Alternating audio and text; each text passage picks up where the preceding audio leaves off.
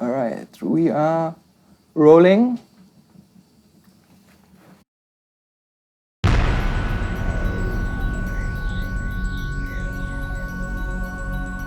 Oh boy, oh boy, oh boy. What a movie that was. Your short here at Sundance. I didn't know what to expect when I saw the behind the scenes pics you posted on Instagram.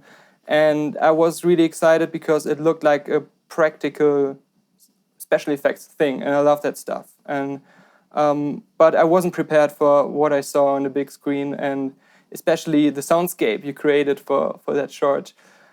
What was the original spark that made you come up with this idea? Because you wrote it as well.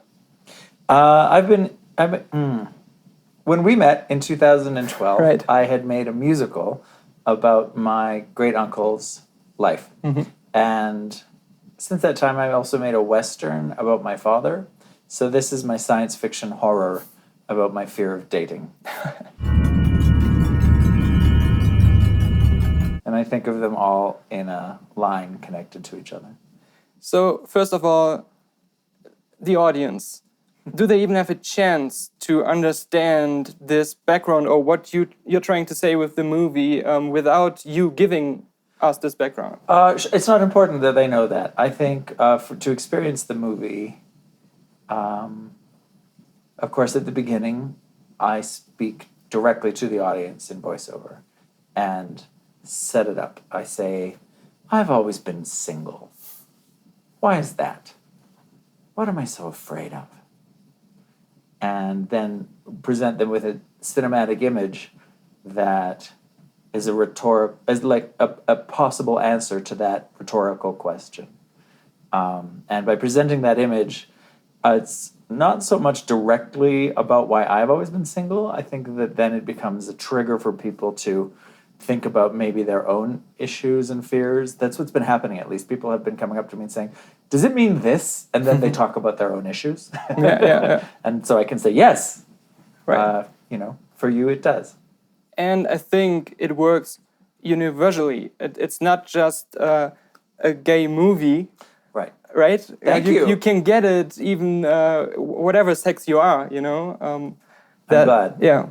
Because that is a real compliment for you to tell me that my movie about two big erect penises isn't limited to being a gay story. So thanks. I love that. But I can say that about all your films, and also the one you did before, The Man That Got Away, where you were walking on that island, that fictional island of yours, right? Right. That was at Berlin as well. And I remember that the problem you kind of tried to put into funny fantasy was something that was also universally applied to so many people who have similar like hate against them and problems because of their skin color, their sexuality, whatever, So I feel that about all your films, and I felt this new short film was a throwback because of the voiceover, because this is what you did in that film with The Island. What was that called again? The Island. Yeah, that was so obvious. Right. Yeah, it was almost called Faggot Island. Yeah, would have made which sense I loved. too. I loved the idea of having a movie called Faggot Island. And as you say, then hoping that it becomes universal. Yeah. But in the end, Faggot Island is a line near the end of the film, and I thought, why give it away? Just call it The Island, Right. and then get the laugh at the end of the film. And now you said all your short films are autobiographical, either about yourself or about family members, or yeah. And do you still have stories left? Because you defined your filmmaking career by doing this very personal stuff, but it has to come to an end at some point, or doesn't it? When I run out of feelings, I guess. Okay. Which I don't see But at some happening. point I you think I are have crossing a that line surplus of from the past to the now, and then maybe into the future. That's very astute, because that's exactly what we're doing right now. Okay. Docking also doubles as the first 4 minutes of what I hope is a feature we can shoot this year. And a lot changes in this moment. So the docking for me, I feel like if it goes the way I hope it goes, docking will be a hinge point. I didn't go to film school, as you know, so I have spent 14 years making shorts to learn the craft. Yeah. And every film is film school. every film is film school. So now, with this shift, I think the short is a hybrid documentary, cinematic fantasia, and then the feature be somewhat documentary. It'll be me as a fictionalized documentarian making a documentary which is still about real things, like a ridiculous comic variation on me. And so it'll be revealed to be like a fully fictionalized feature. When I started doing the hybrid work, it was before all this talk of fake news, and it was before all this talk of post-truth. We're going to make a fiction comedy feature film that hopefully still gets uses the good old-fashioned power of drama and comedy and fiction to get to, some deep truths. Yeah, and you said you're developing topics that are being way more talked about now than back then when you already started doing work about it. So you are a bit ahead, and now you can take on the next evolution of these ideas. Do you even think that far? Is your process of making a film already involving what it might affect, how it might affect people, or do you just look at the work itself and just keep your own thoughts running for yourself? Yeah, it's more like I work from my gut. I always work from my gut. So then, of course, I analyze it to death while I make it, and then after I make it. But it always starts first from feeling. Feeling is everything. I thought you must have done a feature film already, because The Man That Got Away was so cinematic and it looked so big budget and like a huge professional production compared to most of the other short films that I saw. So I thought this would be the last thing before you take the leap. But you kind of intentionally stuck with the short format for quite some time now. Was this intentionally, or didn't you have a chance to do anything bigger? When I came to the Berlinale in 2012, The Man That Got Away won the DAAD Short Film Prize, and it was a wonderful prize. It was 3 months residency in Berlin, and I thought, I'll write my feature. And I had Dark Night of the Soul, meets creative block, meets one of my many midlife crises, and I just was like, so frustrated, existentially, because I felt I couldn't come up with an idea for a feature. I didn't have it. I mean, I had ideas for features, but none of them were good enough. None of them were right. And it was very frustrating and frightening time for me. But I had ideas for shorts, and so I kept making the shorts. And I thought to myself, well, maybe I'll just be the person who always makes shorts. And I think I'm not really in charge of that part. The way I feel about my creative process, I feel like, I don't know, this is going to sound really corny, I warn you, but for me, it feels like there's a well. I don't even think this is my idea. I might have heard this somewhere and just sort of kept it because I like it so much. But the idea that there's a well, and that all my job is just to tend the well. My job is just to go every day to the well and put the bucket down and bring up the water, and that's my job. I'm not making water, so I'm not in charge of what comes up in the bucket. And if it's like, oh, good, a short film. Oh, good, a short film. And then, oh, wow, this could begin to be a feature film, But also, I think my mother tells me that when I was a little kid, I wouldn't speak until I was sure I could put together full sentences. And I think that's still part of my personality. So I didn't want to suddenly make a mediocre feature just for the sake of making a feature, But were you satisfied with your shorts, or were you thinking about them when you were finished? This is mediocre work, so I don't want to make a feature. No, I love the shorts. Okay. I love the shorts. And I didn't want to then make something of lesser quality just to make it longer. Just because there's this kind of market pressure to make a feature film product. I didn't want to interrupt and falsify my creative process, which was telling me to continue making these short films, just because of outside pressures. So it wasn't until I started writing with a writing partner, Fish Gorkowski, and it got fun, instead of that lone fear of the feature film. I had ideas, and we started, you start throwing ideas around When was with that? a friend. After which movie? This was around 2015. We were here at Sundance with The Little Deputy, so it was January 2015. And you start throwing ideas around with a friend, and then it's fun. Then you're talking to a friend, and then, there's two of you, and yeah, that's a good idea, and then we could do this. And it got exciting and fun again. So we've been writing since then. For 4 years, we've been writing. It's taken 4 years to make this short film, Docking, that's here this year. And in that time, we've also been writing. We've got 2 feature film scripts now ready to go. So I feel like there's this strange possibility that after 14 years of making shorts, all of a sudden we could bang make 2 feature films very close back to back. So that's what we're working on now. Doing shorts for that long and saying to yourself, maybe I'm the shorts guy, you have to still do other jobs and do something to keep staying alive, Tell me about that. How's that working out? Well, that's another pressure, It's a real pressure to make features as soon as you can, because then you can get potentially at least paid more during production, possibly.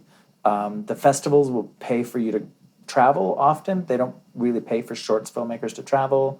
Often they'll give you accommodation, which they can't do for the shorts filmmakers. There's a lot of financial pressure to jump to features, which is why I had to really consciously resist the temptation to do it before I was ready. And yeah, I've been having day jobs. I've worked in arts administration for the bulk of this time, which is good because it teaches me, spreadsheets are handy tools. Making them and reading them, budgets, schedules, doing all of that in festivals. And I worked for 8 years at the Independent Film and Video Co-op in Edmonton. I was the director of programming, setting the educational calendar, hiring instructors, that kind of thing. So there's different ways to be involved in the creative community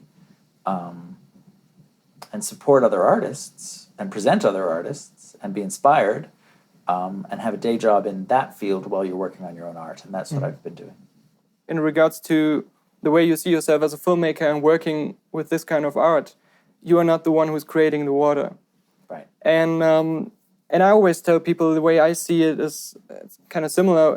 A painter, he can choose which paint he's using, which other tools he's using, what he's painting on. But in the end, it's still a living organism that turns into an image, and he can 100% say where the color goes or flows in the end. He can try to get it as precise as possible, but will never be in full charge of it.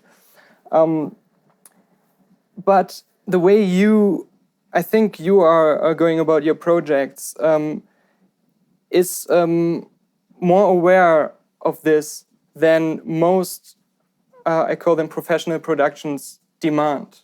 Because I have the problem in Germany especially, I think the way film funds and these things are handled there, they always demand like a pitch perfect script and storyboards and stuff that have to be very precise, and that this very much goes against my own work ethics. So do you face problems like this, that you find it difficult to get your workflow, your way of creating movies into a kind of mainstream system that supports that you get funding for your art, for example? Well, with the shorts, a lot of that work is done before I make the grant application. So by the time I'm making the grant applications, I'm really pitching what it's going to be. So I've done that, a frustrating, frightening, looser work on my own as my own personal artistic preparation. So by the time I'm pitching to the funders and writing the grant applications, I'm presenting them with the fruit of that labor that I've done for free on my own time, But that's my life. That's my work. That's what I would do with or without money. And I find that writing those documents, making those budgets and making those applications for funding, that's part of the creative process because and this comes from the work I was doing in arts administration. I was taught by the producers I was working for, one in particular, Pamela Anthony, taught me how a budget can be a creative document, because you have to sit and really imagine every step of your process and what you're doing in order to make the line itemized budget. And so it forces you to really visualize and live your project before you can make it, you know. So those parts of the process for me help clarify exactly what I'm saying I want to do. It's not to say that once we're working, there aren't changes, and it is a living thing. But there's that stage of getting it ready enough to present it to potential funders, and then also not taking money from people who don't understand that it's a living thing and that it's going to change a little bit, and that that's your job as an artist, is to bring it into the world in the way that it needs to come into the world. You know, you have to present them with enough to give them a pretty good picture. Mm. But then I'm trying to learn the lesson of not taking the bad money, not taking the money that comes with people who don't understand that process. And I've been lucky enough to team up on the features with a producer named Allison Richards. We've been friends for 12 years now, and knew each other as I met her as a producer, and she was a producer and I was a writer-director. She's sitting over here on the couch. I think you probably have a shot of her. We admired each other's work. We watched each other's work develop over that 12 years, and now finally we have a chance to work together. So she understands where I'm coming from, and she wants to work with me because of it. And so I feel very supported and protected that we're not going to partner up with people, hopefully, who don't get it. But if somebody would offer you a big studio movie that you maybe wouldn't do, but the money is so much that you consider doing it? Well, realistically, I don't think it's happening. I don't think my two big erect penises in space are getting me a Marvel movie. But did you? Sure. I mean, yes. Back up the money truck. What you see happen sometimes is that somebody sneaks in stuff in the background or in the subtext that the studio or the producers maybe didn't get, and they managed to bring it on the big screen. I remember the penis-like spaceships in Man of Steel, the Superman movie, at the beginning on Krypton and stuff like that, you know. Totally. Yeah, that could be like a middle way to make it more satisfying. Yeah, like the junior high school version, the middle school version of drawing dicks on everything and hoping people don't see them. I was surprised by two things. That you submitted this film, A Giant Penis Floating in Space, here at an American festival instead of Berlin. Right. And the second thing that surprised me is that you actually got in, just because what you were showing, you know, it was so unlikely to me, you know. I feel like this has truly been an experimental film. The first experiment was, I guess, will anyone fund it? And then the second experiment was, if I get the money, can I talk anyone into working on it with me? And then the third experiment was, can we pull it off? Fourth was, will any festival take it? And fifth was, what will the audience think? So each level of that has been an experiment.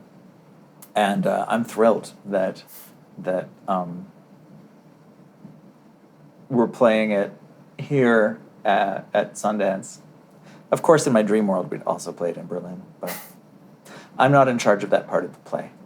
My last question is something that I started asking filmmakers a couple of years after we did our Berlinale interview, so I didn't get to ask you this question. Okay.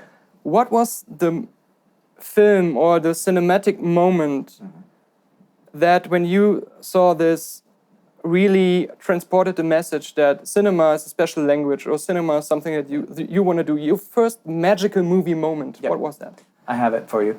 So I grew up in a Canadian province called Alberta, which is neighboring to a Canadian province called British Columbia, which is on the west coast of Canada. So when I was in the summer after my first year of college, I grew up in a small town. This was like the late 80s, early 90s. I was not out yet as a gay man. And I spent that summer of 1991, I went to Vancouver. and had my first trial run of being out. I went somewhere people didn't really know me and just had my first test run of being out of the closet. So that then when I went home to Alberta, I would know, okay, that's what I'm aiming for. That's what the hard work of coming out is for that. That's the light at the end of the tunnel. I had a great summer. I stayed with a friend's lesbian aunt and her partner, and it was just this. I was out at home. I was out, and we would go out at night. We'd go to cultural events, and it was this really healthy version of an out life. And that summer, the Vancouver Gay and Lesbian Film Festival was on, and I saw 2 short films that really changed everything for me. I saw John Grayson's short film Making of Monsters, and it's very Brechtian, down to the point that Bertolt Brecht is in it, played by a catfish, So it's a very fun, smart, layered, alienating, for good reason, for good effect, short film. And very queer, so I loved it. And then I saw an Australian film called Poetry for an Englishman, which is at the other end of the spectrum. It's this very sentimental, it's adapted from a short story called My Brother Writes Poetry for an Englishman, and it's very emo, and so on one hand I had this very emo, sentimental, emotional, straightforward, fourth wall, narrative short film, linear. And then over here, I had this Brechtian queer experiment, very cutting edge. And I loved them both so much. And I feel like all of my work, I also had the sense of, I could do that. I could go home and I could make a short film. This is achievable. And all of my work since then has been really between these 2 poles. And I think using the emo depth of feeling, sentimentality of this, and then using the formal Brechtian alienation techniques of this and bouncing back and forth between those 2 poles. So ever since that moment, I feel like my work has really been still driven by that engine. All right, perfect, because the big camera just died, so I'm happy I have 2 GoPros running as well. Okay, great. Awesome, so thank we're you. in the wide. Yeah.